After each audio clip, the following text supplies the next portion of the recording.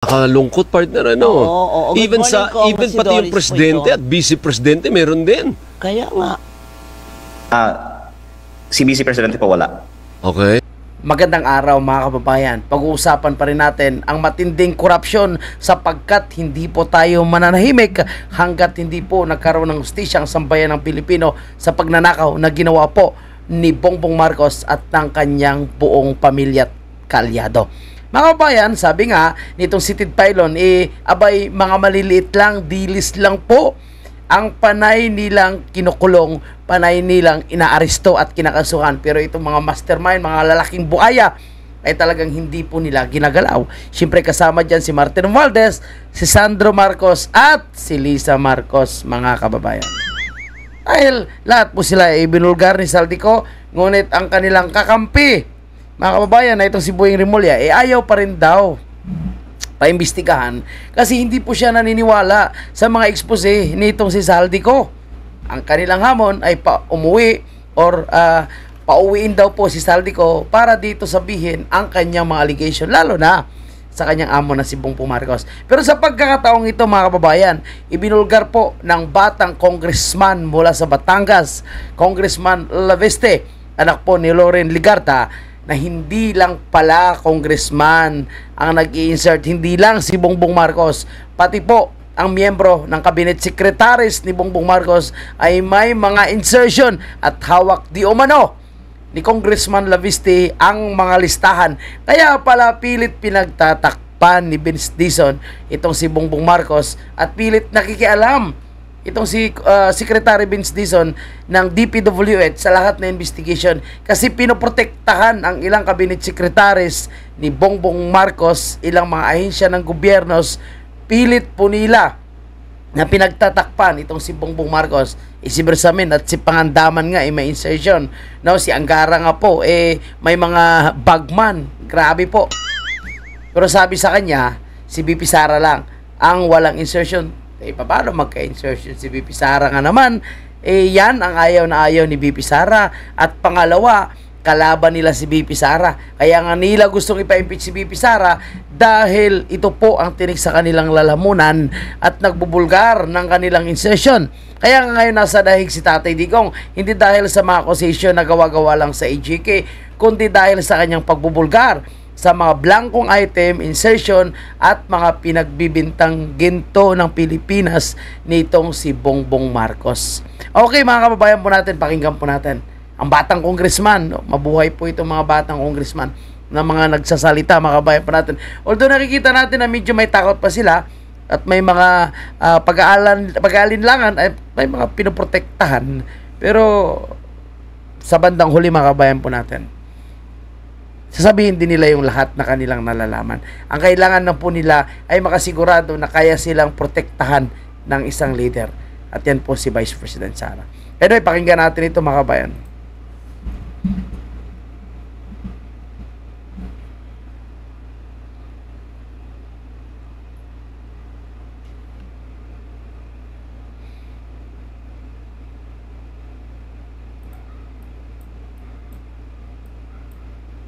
Seen the list, how high does it go? Anong pinakamataas na posisyon ng nandun sa listahan?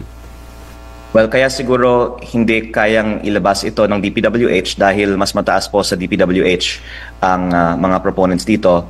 Siguro po buong gobyerno may insertion sa DPWH NEP. Oh my goodness. Alam niyo mga kabayan po natin, pati po yung mga tauhan nitong si Martin Romualdez, tandaan natin, itong radio station na nag-i-interview kay Congressman Laveste ay mga tauhan po nitong si Martin Romualdez. Di ba? Asar na asar yan sila nung may nagbigay sa kanila ng impormasyon pero unverified at fake naman na hindi daw po sila makapag-interview kay Vice President Sara dahil ang radio station na kanilang pinaglilingkuran ay pagmamayari ni Martin Romualdez. Nagulat sila, no? Na buong gobyerno, Diyos ko mga kabayan po natin, ay puno ng korupsyon. Hindi nga lang puno ng korupsyon, puno kasi sindikatuhan. At ngayon ang mga kaliwa kakampi na po nila para ipakulong, no, itong ating mahal na Tatay Digong. At hindi lang po yan, iba't ibang ahensya ng gobyerno, kaya PhilHealth, DTI, DICT, Department of Agriculture, lahat po sila magkakasabwat, mga kababayan po natin. At lahat po sila ay may kinalaman sa mga anomalyang nangyari sa ating bansa. Kung nakikialam nga po yung mga Alipores ni Bongbong Marcos na nakaupo sa pwesto, asawa niya nga nakikialam Asawa niya, hindi naman po kawani ng gobyerno itong si Lisa Tanas, pero magtaka ka. Mayroon po siyang power para pakialaman na ang lahat po nagalawan sa gobyerno. Ang inang gobyerno, mga kabayan po natin. Grabe po ang ginagawa po nila. And yung nakikita ko pa mga kabayan, kahapon, pinag-uusapan natin sa naunang video natin, kaka-upload lang po natin, na nakipag-meeting na naman itong si Bongbong Marcos sa mga kasundaluhan. At nag-iikot po siya sa iba't ibang kampo ngayon. So patunay po na nagkakaroon ng loyalty check. At mukhang magkakaroon na naman ng arrangement suhulan sa mga opisyalis po ng ating kasundaluhan. Sana hindi po sila magpadala. Pera lang po yan, tangina. Yung isipin sana nila, yung credibility nila, iisipin sana nila, yung dignidad nila, na yung taong bayan ay nakasandal po sa kanila sa panahon na mayroon po tayong bangag at magnanakaw na nakaupo sa pwesto, mga kababayan. At tingnan mo nakikipagsabuatan pa sila sa mga makakaliwang grupong dilawan para lang hindi makaupo ang ating Vice Presidente na siyang wala naman pong ginawang anumang korupsyon, kundi ginawan lang po nila para madamay ang ating Vice Presidente. At the same time, para pagtakpan ang tunay nila na pagiging magnanakaw. Laking tulong po yung pagsasalita nitong mga batang congressman. Labiste, si Kiko Barsaga, so malaking tulong yun. Sa totoo lang, mga kabayan. Dahil at least nagigising nila, napupukaw nila yung mga tapang at damdamin ng mga kabataan na natutulog pa. So paano yan? Yung ibang cabinet secretaries, yung dating ES ba nandyan sa listahan, Congressman? Siyempre. Ayaw po mag-single out ng mga ayaw magsalita. Tama yan, huwag mo muna pangalanan. Individual dahil sabihin na lang po natin, hindi lang senador at congressman ang may insertion. Baka maasasabi natin buong gobyerno ay may insertions. So, takot lang po siya magsabi na si Bongbong Marcos. Nakakalungkot, partner, Oo. Even pati yung presidente at vice-presidente meron din. Kaya nga. Si vice presidente po wala. Okay. Si presidente? Gonggong ka, Alvin El Chico, Obvious ka masyado. Natauhan ka ni Martin Romualdez kasi pati vice presidente idamay mo pa. Hindi po nakikialam ang vice presidente sa budgeting. Siya nga po yung binabawasan ng budget paano siya magkaroon ng session. Igago ka pala so palpal tuloy. Hindi ko po masagot ang inyong tanong kasi ang gusto ko po sana ay ilabas na lang ng DPWH ang listahan. Hindi, pero kung hindi ilalabas yan, ilalabas mo ba? Baka kung hihilingin nila na ilabas ko. Para po sa akin, di ba? Mga kabayan natin, So, alam natin meron si Bongbong Marcos, pero ang gusto nilang palabasin meron si Bibi Sara. Okay, pakinggan natin yung batang Muslim din po, mga kabayan po natin, na tunay na nagmamahal kay Tatay Digong. ang nararamdaman ko po ngayon parang binagsakan ng langit at lupa na parang ang sakit sa pakiramdam.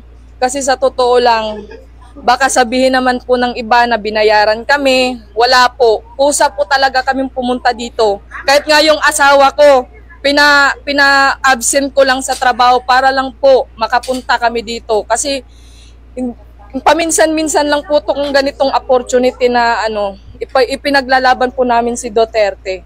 Kasi sa pamumuno po niya, nakita ko yung malaking pagbabago na ang daming takot sa kanya. Pero ngayon, bumalik na naman ang droga. Nagsikalat, mga adik, nang-aabuso.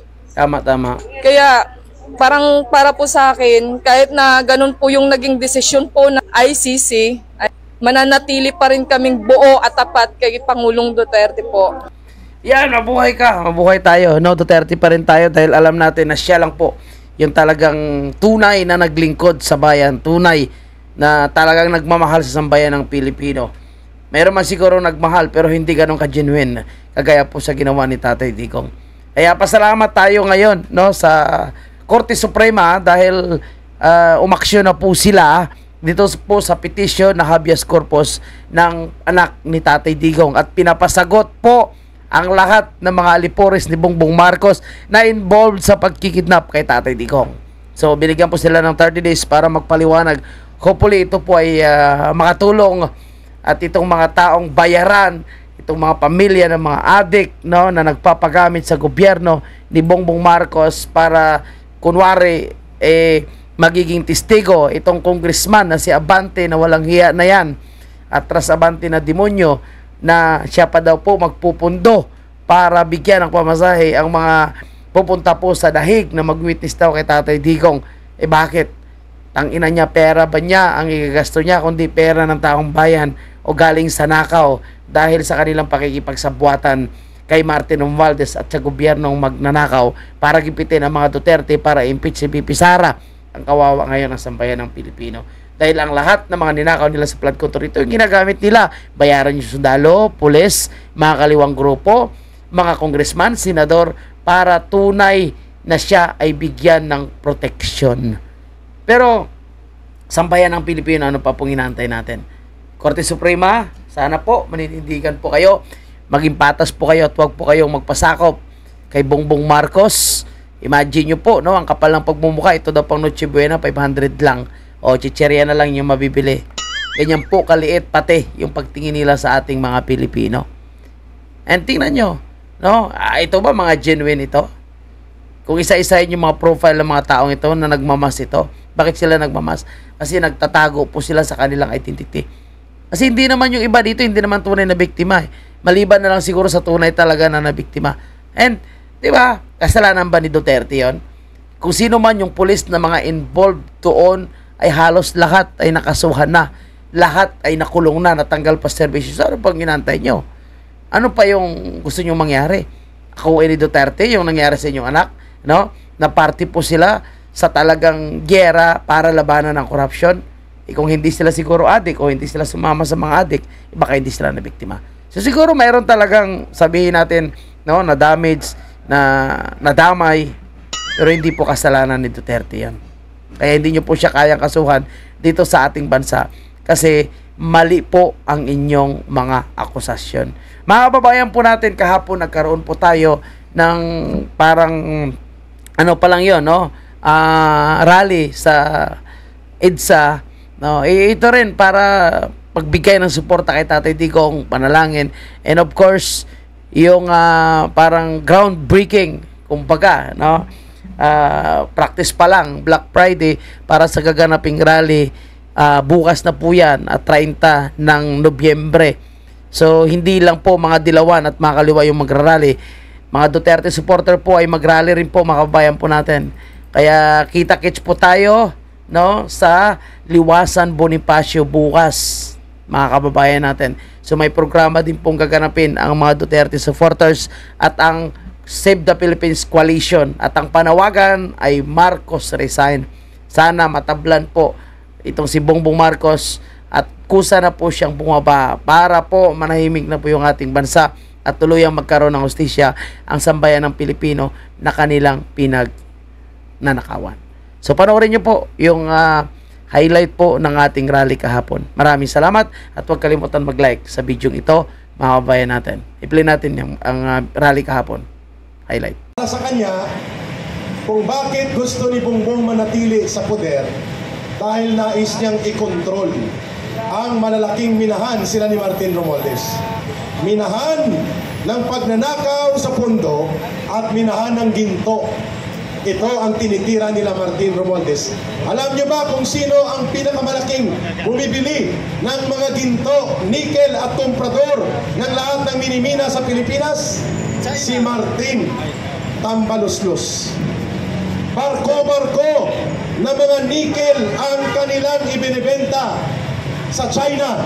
Tapos kung makapostura, wow, anti-China. Pero barko-barko, ang isang barko ng middle grade nickel ni Martin Romualdez, 60 million pesos ang tubo.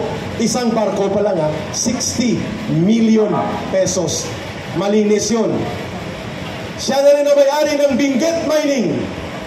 Siya na rin halos ang nagkokontrol ng Felix Mining. Wow! So si Martin Romualdez ay wala sa poder bilang presidente, pero nagagamit niya ang poder ni Marcos sa pag-abuso sa ekonomiya at patrimonya ng buong bansa. Sa kanya, kung bakit gusto ni Bongbong manatili sa poder, dahil nais niyang ikontrol ang malalaking minahan sila ni Martin Romualdez. Minahan ng pagnanakaw sa pondo at minahan ng ginto. Ito ang tinitira nila Martin Romualdez. Alam niyo ba kung sino ang pinakamalaking bumibili ng mga ginto, nickel at komprador ng lahat ng minimina sa Pilipinas? Si Martin Tambaluslos. Barko-barko na mga nickel ang kanilang ibinibenta sa China. Tapos kung makapostura, wow, anti-China. Pero barko-barko, ang isang barko ng middle grade nickel ni Martin Romualdez, 60 million pesos ang tubo. Isang barko pa lang, 60 million pesos. Malinis yun. Siya na rin ang may-ari ng Benguet Mining. Siya na rin halos ang nagkokontrol ng Felix Mining. Wow! So si Martin Romualdez ay wala sa poder bilang presidente, pero nagagamit niya ang poder ni Marcos sa pag-abuso sa ekonomiya at patrimonya ng buong bansa. Ang pagnanakaw. Susugan ko yung sinabi ni Ka-Eric. Kung pagtatagpi-tagpiin natin ang mga nakaraan nung panahon pa ni Tatay Digong, nilapit ni Bongo kay Presidente Digong si BBM at pinapa-appoint niya na maging Secretary of Agriculture. Noon pa yan, noon pa. Bakit masidhi ang kanyang intensyon na maging Secretary ng Agriculture? Kung maalala nyo, maalala po ninyo yan. Dahil yung nga, gusto nilang mahawakan ang smuggling ng sibuyas, bawang, frozen foods. Mga frozen foods, yung baboy, manok, kulang na nga, sabi nga, pati tamtax eh. Nung hindi pumayag si Marcos, si Presidente Digong na maging secretary. Kaya nung manalo siya bilang presidente, ang unang-una niyang ginawa, dalawa, buwagin yung PACC, yung Presidential Anti-Corruption. Pangalawa, inupuan niya, kumbaga nilimliman niya, kumbaga sa manok, nilimliman niya yung Department of Agriculture. Concurrent position, presidente, saan ka nakakita nun? Presidente ka na, magsesekretary ka pa ng agriculture. Kung hindi ka pa naman may hiding agenda, kung papagtagpi-tagpi natin yan. Nung umupo na siya, sabi niya, ang pangarap niya ay pababain ang bigas. Pero anong nangyari? Tumaas ng tumaas. Yung presyo ng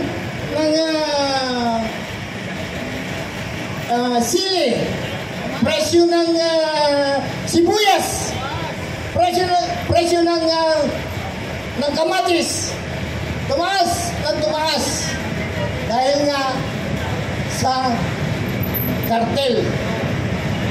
Nagkaroon ito ng investigasyon sa Senado ay sa Kongreso. Ngunit dahil sa impluensya ni First Lady tumawag daw, hiniyag yan ni tumawag daw sa Kongreso na pinahinto yung investigasyon. Kung maalala nyo, dahil nasasangkot sa smuggling, ang may hawak daw ay yung kapatid niya. Sino yun? Si Araneta. Yung kapatid niya. Martin Araneta. Kaya, totoo, yung pagtapagta ni yung maalala nyo, si Lapid, yung broadcaster, announcer, si Percy Lapid, na napapaligiran ng mga sindikato ang gobyerno ni Marcos. Palubog na dahil nga napapaligiran ng sindikato. Anong sindikato? Sindikato ng sugal, sindikato ng drugs, sindikato ng smuggling, sindikato din daw ng drugs. After that, nung hinihad niyan, ilang linggo lang, pinatay siya. Si Percy Lapid. Tapos, ang pinagbibintangan ay si General Bantag. Kita niyo na po, mag-isip po tayo. Anuhin natin pong mabuti. Isa pa, itong mga pahayag ni Saldi Co, na dating chairman ng appropriation sa lower house. Sasabihin nila, nung una pinagtatanggol nila, si Saldi Co ayaw pa nga nila pauwiin eh. Pero nung nagkaroon ng hearing sa Senado at sinabi ni Cayetano, Senator Cayetano, total, sabi niya ko, in-advise niya na ikaw ang tinuturo, na ikaw ang may alam, may control sa appropriation, at ikaw ang kumbaga lahat ng sisi sa kanya binabaksak. Sinabihan niya na dapat kang magsalita na. Papayag ka bang ikaw lang ang maghirap na makulong? Ituro mo yung mga kasama mo. It is a syndicate. Yung mga nangyayari dito na nakawan ng pondo ng bayan. Ituro mo at pare-pares kayong makulong, magdusa. Hindi yung ikaw lang. O yun, lumabas si Saldi Co at paunti-unti niyang sinabi, hinihiyag kung sino-sino yung taong involved sa nakawan ditong sa Ghost Project sa DPWH. Isa pa, sinabi rin ni Congressman Tiangco noong pang November 24, 2024 na pinatawag sila, siya, si Tiangco, si Romualdez at si Saldi Co, at pinagagalitan daw ni Marcos yung dalawa, na tinatanong ba, ilang bang jet plane ang kailangan nyo? Ilang bang bahay ang kailangan nyo na bibili nyo? Marami ng nakawan nangyayari dyan sa Kongreso. Di ibig sabihin, noong pa man, alam na niya na ang mga korupsyon. Bakit hindi niya inibisigan noon? Tsaka lang lumabas. Ito lang. Nung mabibisto niya. Pinagalitan daw. Alam mo, Martin, sabi niya doon sa pinsan niya, wala akong dyan, walang napupunta sa akin. Ito pagkasabi, yung ni Toby Chango, congressman, yung pagsasalaysay niya nung nasa hearing siya at saka sa mga interview niya. Wala at napupunta sa akin. See the words, walang napupunta sa akin.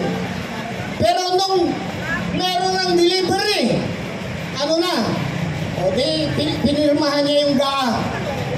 Ha? Alam niyo po, talagang syndicated o parang mafia ang nangyayari sa pagnanakaw ng kaban ng bayan. Nung sinabi ni Marcos na wala siyang alam at hinahanap niya yung flood projects, bakit nagkaganito ang ating gobyerno? Naniniwala ba kayo doon? Naniniwala kayo doon?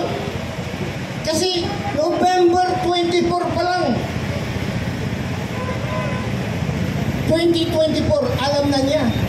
Dahil sinabi ni Chanco, Congressman Chanco, na pinatawag si Saldico, si Martin, at siya, sa harap niya, pinagsasabihan niya yung dalawa yung tungkol sa mga insertion. Ibig sabihin, alam na niya.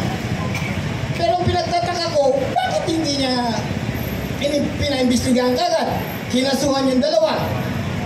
Umabot pa lang nung ang sabi pa niya nila na siya ang presidenteng nagbulgar sa korupsyon. Yan, siya ang nagbulgar sa ghost projects. Alam niyo po, hindi siya ang nagbulgar.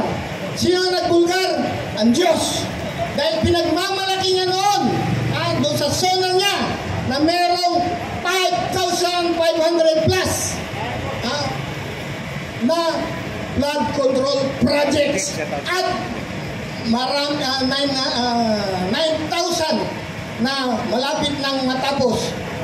Pero nagkaroon ng divine providence. Pinisto siya. Bakit? Nagkaroon ng baha, sunod-sunod. Nung nagkabagyo, nung tawag doon, yung hindi bagyo, yung high pressure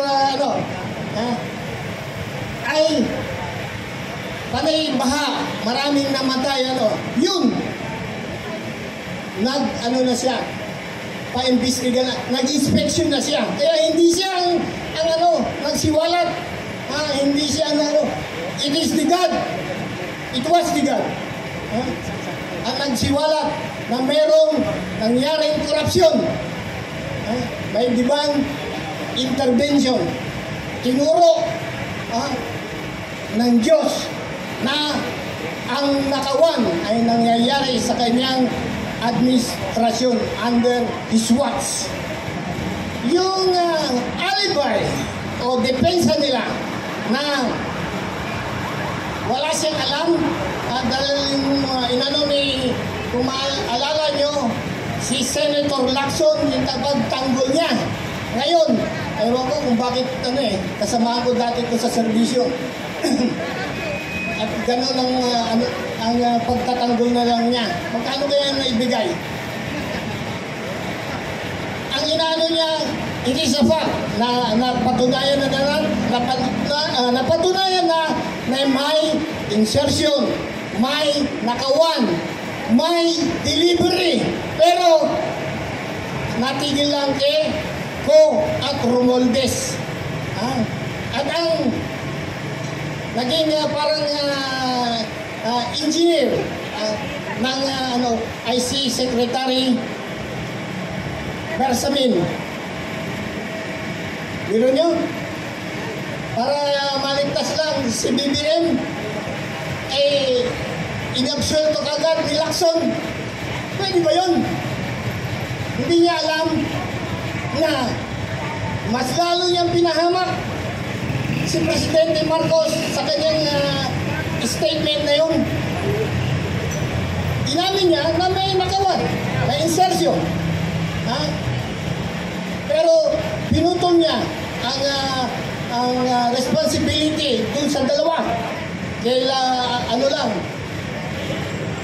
Martin Romualdez at saka kay Ko. Matagal ka ng mambabatas, matagal ka ng investigador. Kaya na, dahil ka pa ng PO1 sa investigasyon. Di mo ba alam na yung may tinatawag na ko, halimbawa, for purposes of argumentation, na hindi niya alam, still liable siya. Kasi nung nag-resign siya, yung DBM secretary niya, yung undersecretary ng DepEd at saka undersecretary ng PLLO at saka yung executive secretary, hindi niya alam na may yung the principle o doctrine ng qualified political agency. Ano ibig sabihin yan? Yung undersecretary mo at saka yung secretary mo, kung ano man ang gawin yan, ay parang yan ang gawain ng presidente. Yan ang ibig sabihin ng doctrine of political agency. At saka, meron pa isa, yung principle of command responsibility.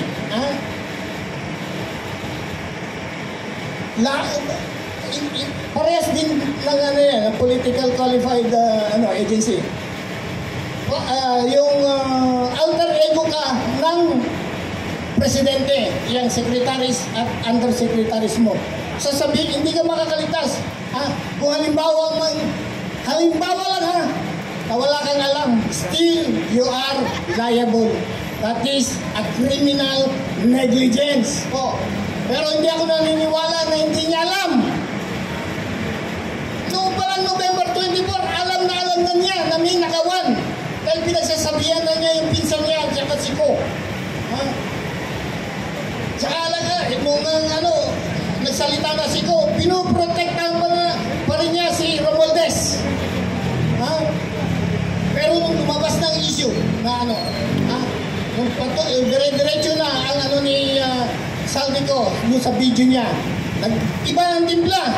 Sinama na bigla si Romualdez. Yung ICI niya walang doon sa report nila na pinasa sa ombudsman, hindi naisali, nakasali man si Romualdez, pero inabsuelto na, walang direct evidence daw makauugnay kay Romualdez. Sabi nila, yung salaysay daw ni Saldico sa video niya ay hearsay, wala tong probative value. Sabi ni Lacson, kahit galing. Ito po, hindi naman ako abogado, pero nag-aral po ako ng abogasya. Tapos ko po ang abogasya. Yung salaysay, kahit hindi ito in the form of affidavit, at ito ay nasa media or video, ito po ay isang exemption sa hearsay rule. Bakit? Ito po kasi ay ito po ay exempted dahil yung salaysay niya ay nag-incriminate sa sarili niya, sa sarili niyang interest, dahil pwede siyang kasuhan. It will result to a case against him. Kaya pwede po itong gawin ebidensya. Pero ang advice namin, ang advice ng abogado rin, sinabihan na mag-execute ng apostille affidavit kahit na hindi siya pumunta dito. Sugsog sila ng sugsog ngayon na pauwiin si Iko. Sabi ni Presidente Marcos, umuwi ka rito. Huwag kang magtago.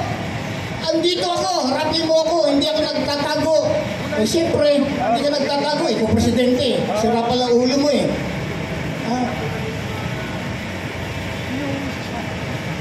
Hindi ka ba pwede, dahil immune ka sa suit. Hindi ka pwedeng kasuhan dahil presidente ka, may immunity ka. Pero, hindi ka immune sa anumang investigasyon na gagawin tungkol sa mga salaysay na ginaad ni Gutesa, ni Saldico at yung mga iba pang witnesses. Mayroon statement ngayon si Senator Erwin Tulfo. Pinag-uusapan daw nila sa majority sa Senate na ititigil na nila ang investigasyon sa Senate Blue Ribbon Committee tungkol dito sa ghost projects. Biro nyo, biglang atras na naman dahil sa mga video ni Saldico at ipapasa na lang daw nila sa ICI. Yung mga hearing, investigasyon doon o kung ano mang hearing, hindi naman transparent, magkukumpli na naman sila. Aayusin na naman nila. Senator Lacson at si Tito Sen, mas lalong iinit. Hindi matatapos ang mga issue against kay BBM, kay President Marcos kung hindi nyo itutuloy yung magkakaroon na naman ng clouds o doubt sa pag-iisipan ng tao. Yung ni Amy Marcos, na kapatid niya at kakatandang kapatid niya, isa po itong mabigat na salaysay.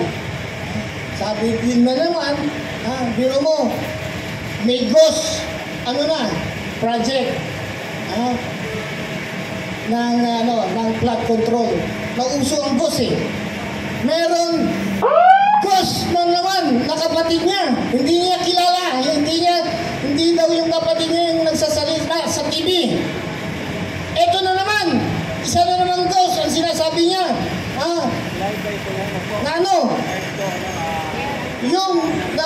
Meron daw umausap sa kanyang abogado ni Saldico na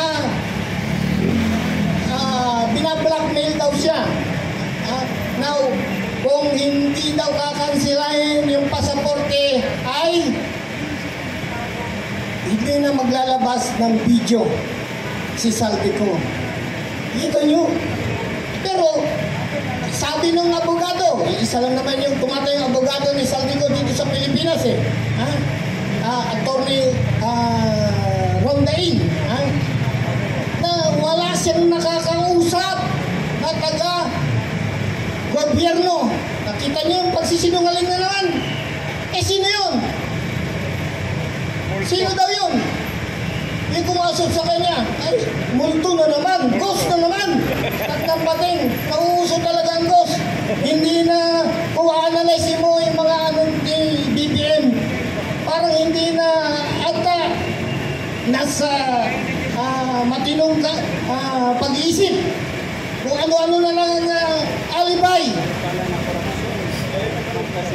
Kaya dapat po, maging matsyag tayo, mapanuri sa mga ginagawa. Kaya kailangan po, ako po ay isuring Ilocano. Galit sa akin ang mga ka-Ilocanohan ko sa bayan ko. Bakit ko daw kinakalaban si Marcos? Dahil Ilocano. Katulad din kay Amy, bakit daw niya yung kapatid niya? Hindi daw to gawain ng isang kapatid. hindi ito gawain ng isang Pilipino, hindi po. Ang pinag-uusapan dito ay ang future ng mga Pilipino. Future ng mga susunod na henerasyon.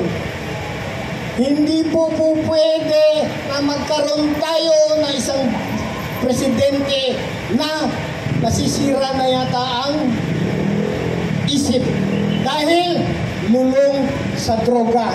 Ngayon, para matapos din ang issue niyan, sabi ko nga sa akin, pag nakaka-encounter ako ng mga bakit kailangan magpa-drug test siya, hindi mamamatay ang issue na siya ay isang addict kung hindi siya mismo ang magpapatunay. Hindi ka pribadong tao, presidente. Isa kang presidente. You are a public property. Yang posisyon na hinahawakan mo ay delikado. Magiging threat ka sa national security ng Pilipinas. Bakit? Adik ka eh. Pero pag hindi mo napatunayan na hindi ka adik, you are a threat to the national security. Bakit? Gumagamit ka ng mga illegal na gamot. Prohibited drugs. Illegal drugs. Saan ka kumukuha niyan? Kaya papasok na naman na yung napapaligiran ka ng mga sindikato. Isipin niyo po, saan siya bibili ng illegal drugs? Di ba? Alam mo mag-uutos siya doon lang sa sa kali-kali lang. No, I don't think so po. Kaya mag-isip-isip po tayo.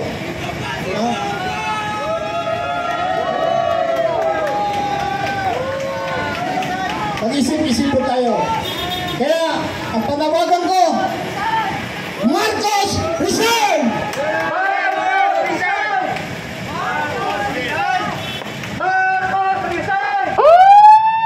Dahil dyan, sisimulan natin ang isang minutong noise barrage.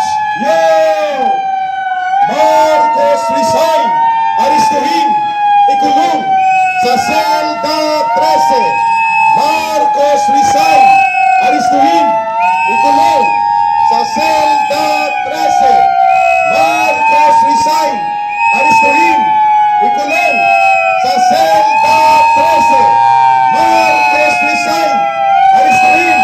Ikulong sa Selda 13. Marcos resign!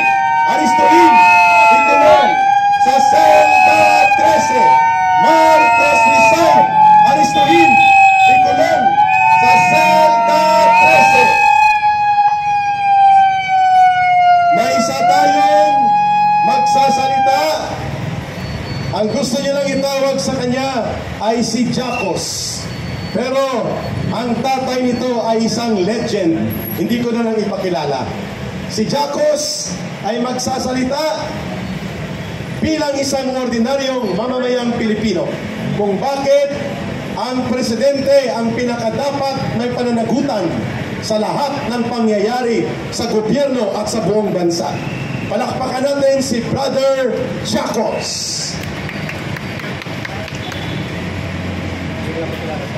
Hi, hello. Salamat po. Ako si Jacos. Bilang ordinaryong mamamayan, marami na rin mga tanong sa aking isipan. Mula pa nung college ako, nakikita ko na yung trend na ginagawa ng ating gobyerno at ano yung sinasabi nila in public at ano yung talagang nakikita at nararamdaman natin bilang ordinaryong mamamayan. Marami ako rin issues nun, iba pa yung presidente, mga 90s. Ayan. until dumating sa puntong ito na actually first time kong mag-join ng rally. At maraming natagdag sa aking isipan yung mga tanong. Pero yung pinaka-relevant siguro ngayon, nakikita naman natin at nararanasan natin yung current events sa Pilipinas ngayon. At ang pinaka-questionable sa ating sitwasyon ngayon ay yung accountability. Okay. Transparency, pwede na lang i-deny. Meron silang speaker sa House at saka sa Malacanang. Pero yung sinasabi nila, yun ba yung naobserbahan natin sa ating experience araw-araw? Nakikita natin na hindi tugma yung kanilang sinasabi. So, ano yun? Okay lang ba na maging public liars sila? May pinag-aralan naman sila, nag-graduate sila sa mga universidad. Pero bakit hindi mahalaga sa kanila yung pagtatapat sa taong bayan, lalo na live sila sa Malacanang Press Corps, tapos alam nila puro sinungaling yung pinagsasasabi nila. Marami pa akong ibang mga tanong actually hindi ko na-prepare yung speech ko, biglaan lang. Isa sa mga tanong na nasa isipan ko is that si dating Pangulong Duterte ay wala naman talagang naging kaso dahil dinismiss ng Supreme Court. Pero bakit ang tagal niya dun sa ICC? So ang tanong sa aking isipan is hindi ba yun illegal detention? Sobrang tagal na niya dun sa Hague, tapos hanggang ngayon hindi pa ma-prove nila yung accusations at kukumahog pa rin sila ng ebidensya. At yung sino ba yan? Si Conte, yung attorney Conte Utak. Bakit sa nilaki-laki ng bunganga niya yung ebidensya, bakit wala? Diba? Agigil ano pa? Okay, so ngayon alam na ng ICC na na-drop na yung case against P. Duterte tungkol sa AJK. So anong ginagawa pa rin niya dun sa The Hague? Bakit?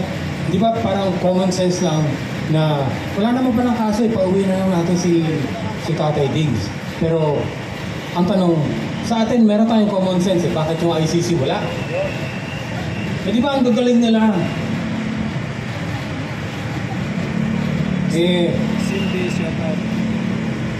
Mga judge sila, tsaka international lawyers. May pinag-aralan sila pero pagdating sa common sense, wala. Ano pa? Yung nag-kidnap kay Tatay Diggs, alam naman natin at na-monitor din natin doon sa mga findings ng mga attorneys at saka mga ibang vloggers na wala naman talaga na ipakitang ang tawag dito, warrant of arrest. O maski yung Interpol, sinasabi nung bangag nating Pangulo na anong Interpol pinagsasabi? May nakita ba tayo? May piniresenta bang red notice doon sa Senate hearing? May pinakita bang warrant of arrest para kay Tatay Digong nung nag-Senate hearing si Senator Amy Marcos? Wala tayong nakita So, nasa yung common sense doon? Hindi ba? Napaka-illegal nung ginawa nila. So, dapat, isa pang tanong, hindi kaya dapat bilisan din umaksyon ng Supreme Court tungkol doon sa bagay na ito dahil the more na nadidelay, well, justice delayed, justice denied. Pero sana wag naman. Kasi co-equal branch of government yung Supreme Court. Pero bakit pagdating sa issue nito, masyadong mabagal or masyadong tahimik at parang hindi sila nanununguna sa paninindigan maski na co-equal branch of government sila. Bakit nila pinapatagal? Kasi ang feeling ko lang kasi hindi rin ako attorney. So, ang feeling ko lang pagka nag-utos ang Supreme Court na papalikin na kaagad si dating Pangulong Duterte dahil na-dismiss na yung kaso, ay hindi dapat ginawa na nila para hindi na mapatagal yung paghihirap ni dating Pangulong Duterte sa ICC. Well, tanong lang naman sa isip ko yun pero hindi ko rin sure kung legally okay ba yan or I don't know ano pa kaya.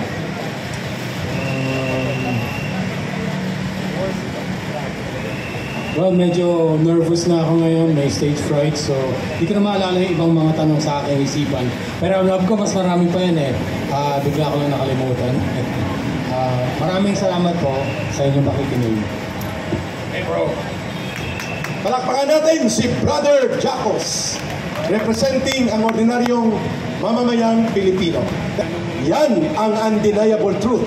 Si Lisa Araneta, hindi elected official, pero ang poder ni Marcos, nagagamit niya at ng kanyang kapatid na si Martin Araneta para lumaganap ang sindikato sa agricultural smuggling, cartel at hoarding ng bigas, asukal, sibuyas, at pati na sa mga transaksyon sa Bureau of Customs. Hindi siya presidente, pero dahil presidente si Marcos, nagagamit niya ang poder ni Marcos. Ganon din kay Romualdez. Pakinggan natin, kaya dapat ang unang mag-resign, tanggalin mo ang ulo, lahat sila babagsak. At sino ang ulo na walang utak pero kriminal ang diskarte? Si Marcos. Matatanggal si Marcos sa poder. Ang sindikato ni Lisa at ng kapatid niya matatanggal din. Ang sindikato ni Martin Romualdez matatanggal din.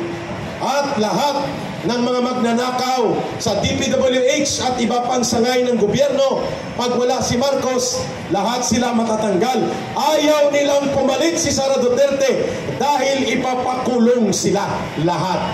Iyon ang dahilan. Makukulong talaga sila. Kung mahirap arikluhin si Rodrigo Duterte, dobleng mahirap arikluhin si Sara Duterte. Yan ang totoo.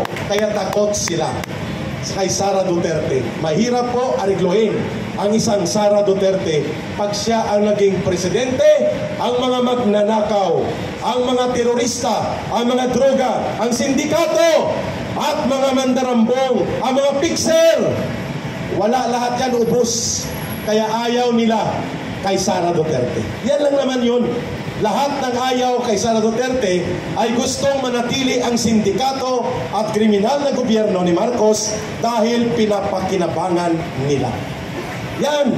So pakinggan natin ang naturalist at natural environment advocate protector.